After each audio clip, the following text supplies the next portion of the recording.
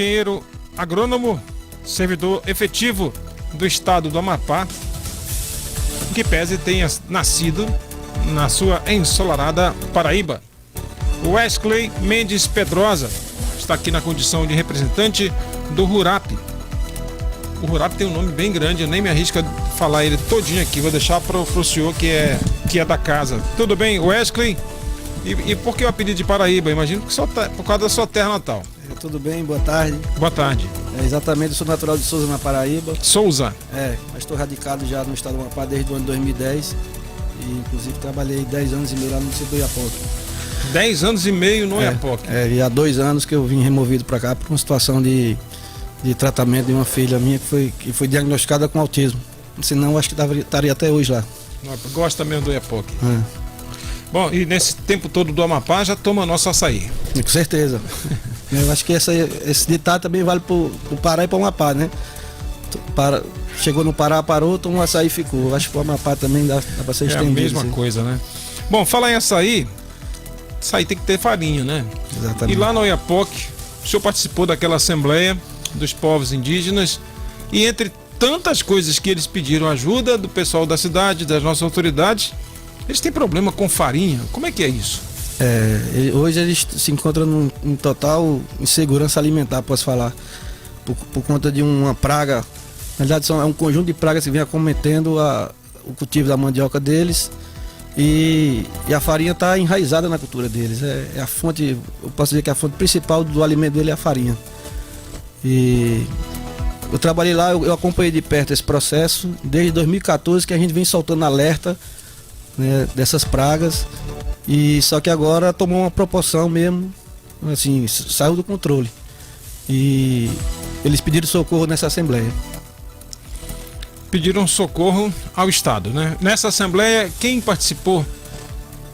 Participou todas as secretarias de governo, participou Embrapa, algumas entidades também não governamentais, e eles foram também consultados, porque para fazer alguma intervenção na área indígena precisa respeitar o protocolo de consulta deles.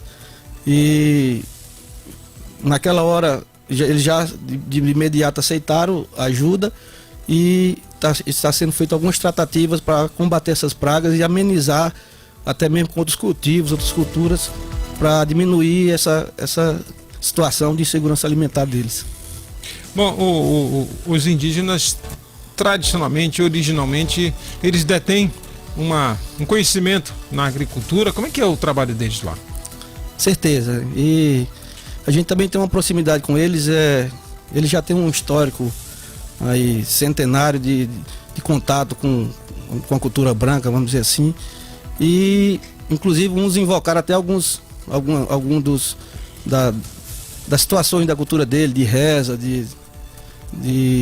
ou seja, eles estão pedindo ajuda para tudo que é lado, e eu acho que é possível também, junto com eles também que vão direcionar como é que vamos sair dessa situação que é muito gritante hoje lá nas aldeias.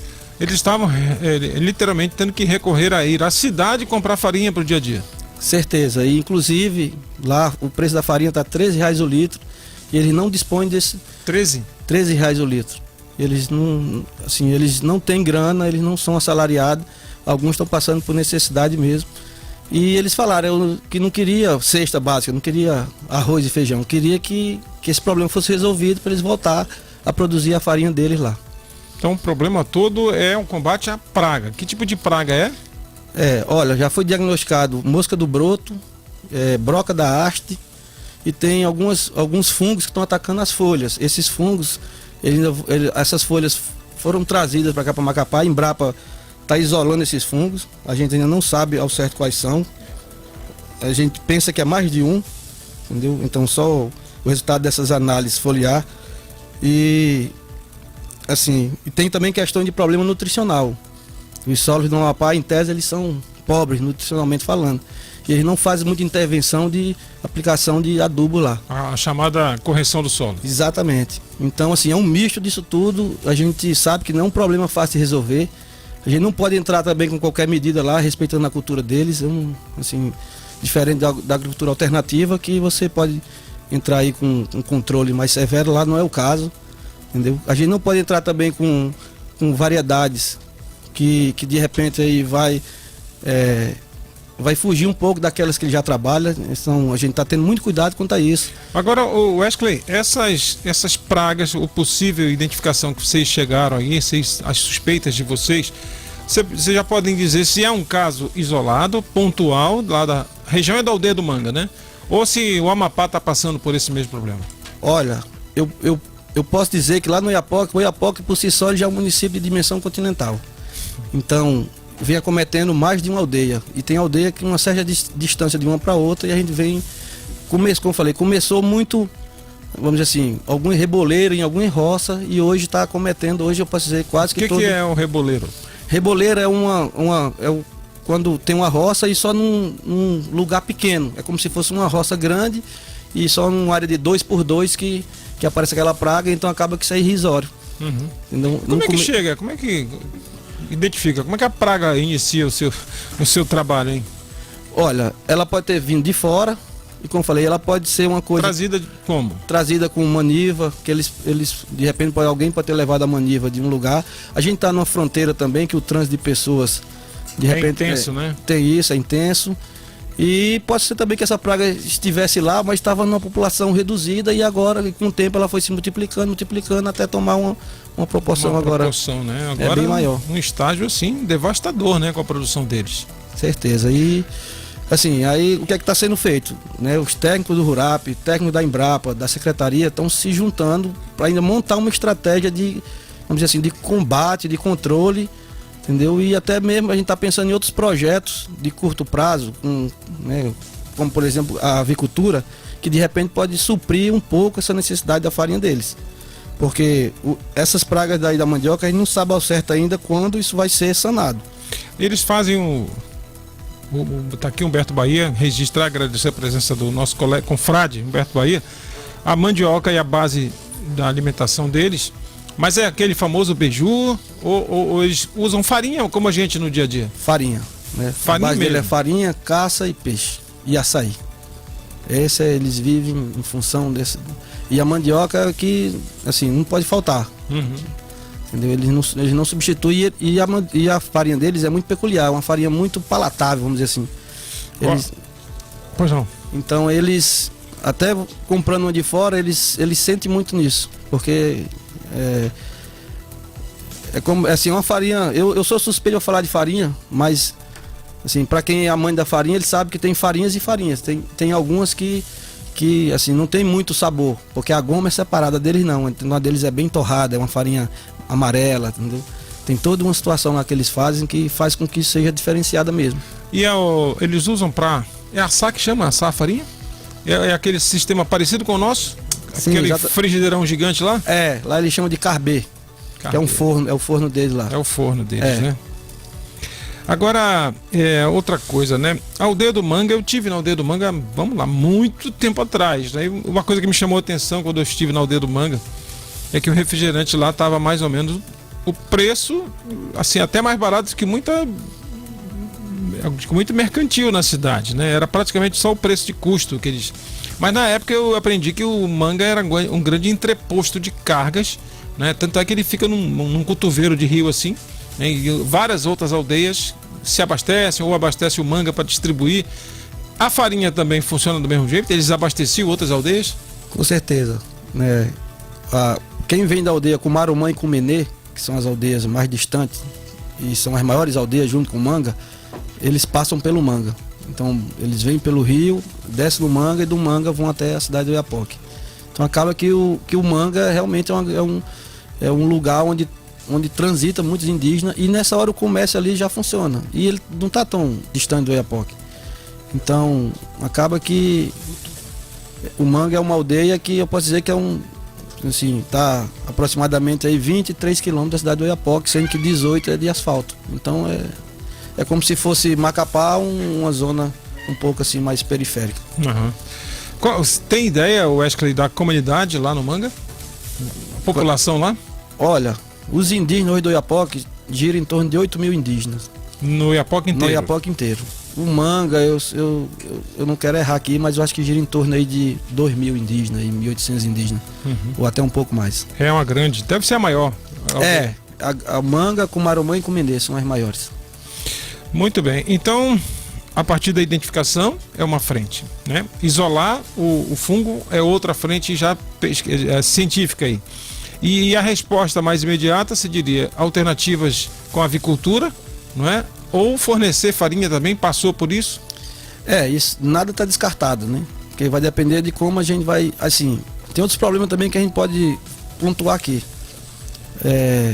Em anos muito chuvosos também, essa ocorrência de praga e doença, elas, vamos dizer assim, elas se dá com mais intensidade, entendeu? Então, a gente passou pelo laninha aí, que é quando tem uma mudança aí na temperatura da água dos oceanos e faz com que as chuvas aconteçam assim, de uma maneira mais intensa. Então, espere em Deus também que quando essa chuva cesse, também cesse um pouco dessa doença, do acometimento dessas doenças. Mas tem uma questão de uma feira também indígena lá, que eles vendem os produtos, artesanato, entendeu? E eu acho que isso também pode ser uma saída. Assim, a gente vai trabalhar em todas as frentes, né? Mas sabendo que esse problema da mandioca precisa ser resolvido, porque deu para perceber, eles não vivem sem a farinha lá deles. Essa é uma verdade. Então, técnicos vão sentar, vão elaborar estratégia. A FUNAI também está imbuída no processo. Tem ONGs também que estão ajudando, o IEPE, que é uma ONG parceira lá deles, está trabalhando há muito tempo.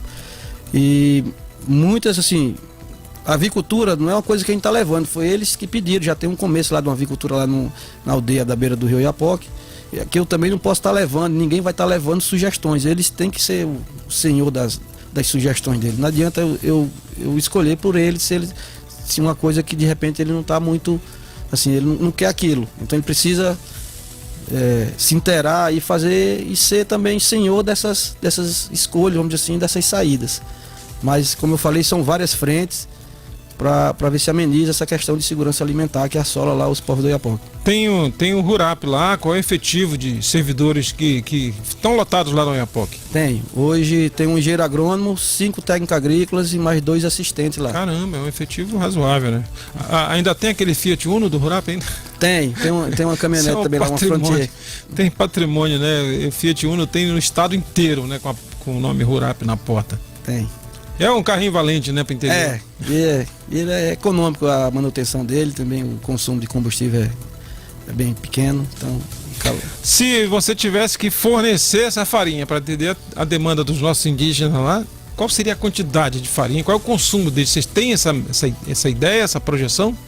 Olha, teve uma vez que eu elaborei, a gente precisou elaborar uma estratégia de aplicar questionário da produção de farinha deles, e eu arrisco dizer que dá para colocar aí por baixo aí, no mínimo aí 1,5 quilo de farinha por dia entre jovens e adultos. Tem gente per capita, isso? Per capita. Então são 2 mil lá no manga. Pode botar aí 4 toneladas por dia. É isso? Não, mas aí no caso não seria 1,000 quilos por dia não, 1,000 quilos por mês, né? Ah, tá. Mas seria mais ou menos isso aí, 4 toneladas por mês, se eles...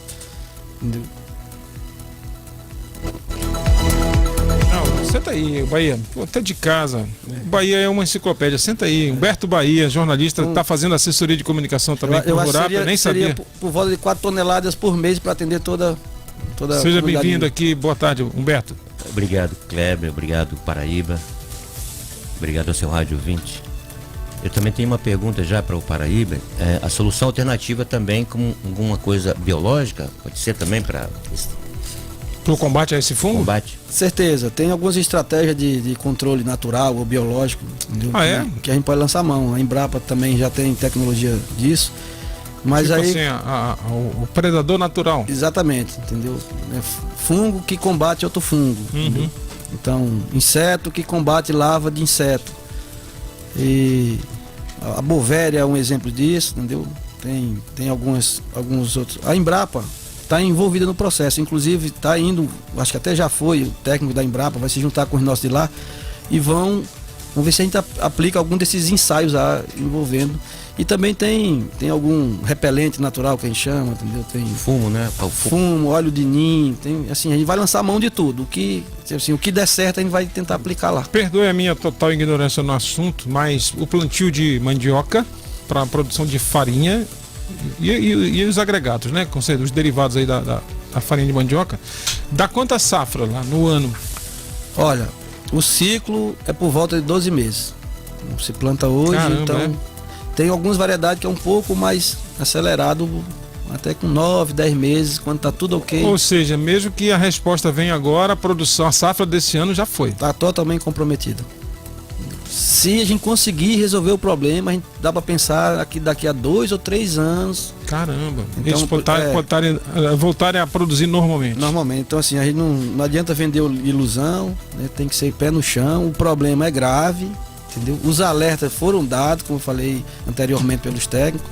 E, entendeu? Assim, agora é sentar e assim, procurar uma solução viável, entendeu? E outras soluções paralelas com outras culturas para amenizar essa situação deles lá. Vocês são parceiros de longa data, tu mesmo vai mexer na câmera do Bahia. Olha lá o Bahia aqui no monitor, tá vendo aqui? Tô. Gira pra câmera para enquadrar melhor o nosso Bahia. Olha aí, pronto. Olha aí. Legal. Bahia, fala. Na verdade, também hoje, lá na RURAP, já aconteceu uma reunião, né, uma reunião importante que reuniu várias agências, a RURAP, a SDR e também a FUNAI, para justamente, Kleber, traçar já este plano, né, emergencial, para tentar dar uma solução para este problema que está acontecendo lá nas aldeias de Oiapoque, né? Então já está aí mais ou menos formatado para o dia 7 de abril, né, para essas agências descerem de novo em Oiapoque e já fazer um levantamento completo do que está acontecendo, como que vai poder atacar esse problema. Maravilha. Humberto Bahia, assessor de comunicação aqui do RURAP. Eu te provoquei nesse sentido. Qual é o nome certinho do RURAP? Instituto de Extensão, Assistência e Desenvolvimento Rural do Estado do Amapá. Caramba, é um nome pomposo, comprido, grande. Né? Deve ganhar dobrado, né, o servidor? Não, eu acho que só ganha pela primeira letra.